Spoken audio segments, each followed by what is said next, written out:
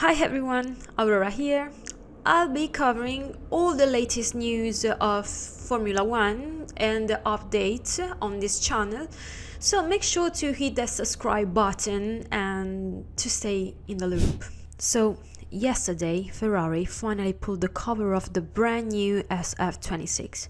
I was actually in Fiorano for the launch because I'm Italian, and as you can see, white, ladies and gentlemen, is back in the livery, and in a much bigger way than before. This is not just the car Ferrari hopes will rewrite history. It's the first one built under the watch of Frederick Vasseur, without Binotto's old guard. It's the first Ferrari of the new technical era, and the goal is simple: win the World Championship.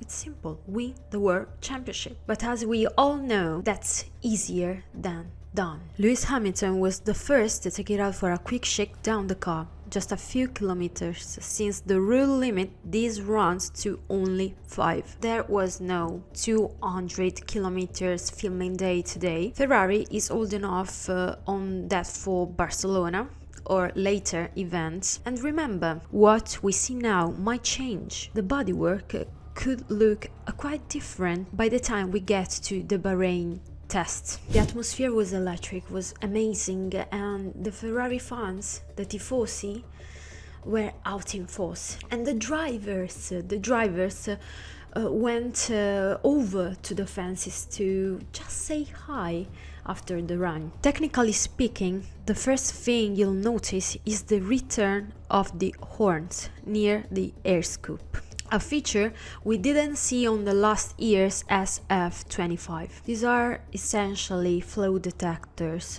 designed by better channel the airflow towards to the rear of the car. It is also interesting to know that the active aero actuator has been tucked away under the nose. Reliability and weight are everything here. Getting as close to that limit as possible at the start of the season will be crucial. As we know, every extra 10 kilos can cost between 4 to 6 tenths of a second, which is the difference between fighting for the win or being stuck in the midfield. As for delivery, the HP logo is still on the engine cover, as you expect from Ferrari's title sponsor, and you also spot the IBM logo at the rear. No surprises there. And one last detail, guys, the airbox has taken on a more triangular shape, which is a big contrast to the more rounded design we're seeing on the Mercedes. But while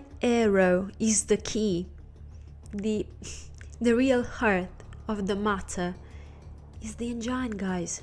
It's always the engine. Guys, I'm really hoping that Ferrari power unit can go toe-to-toe with Mercedes. You probably heard about the trick Mercedes is using to push that 16:1 compression ratio.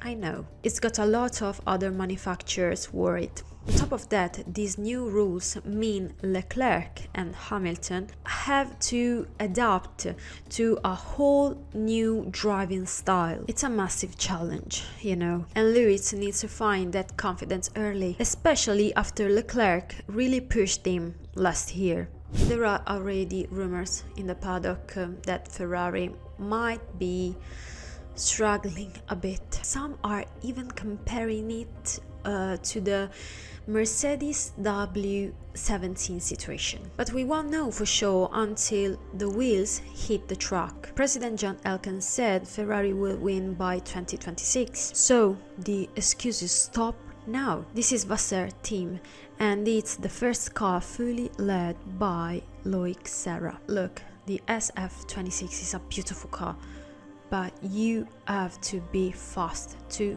win. You have to be fast to win. The updates Ferrari bring over the next few weeks need to be spot on. If they aren't, 2026 won't be the comeback year that we all be waiting for. One last thing, guys.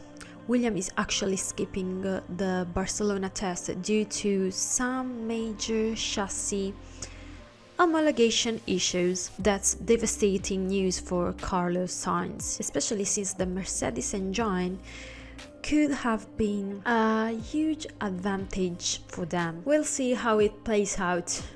And this is it, guys. Let me know in the comments down below what you think about the new Ferrari, and we'll see you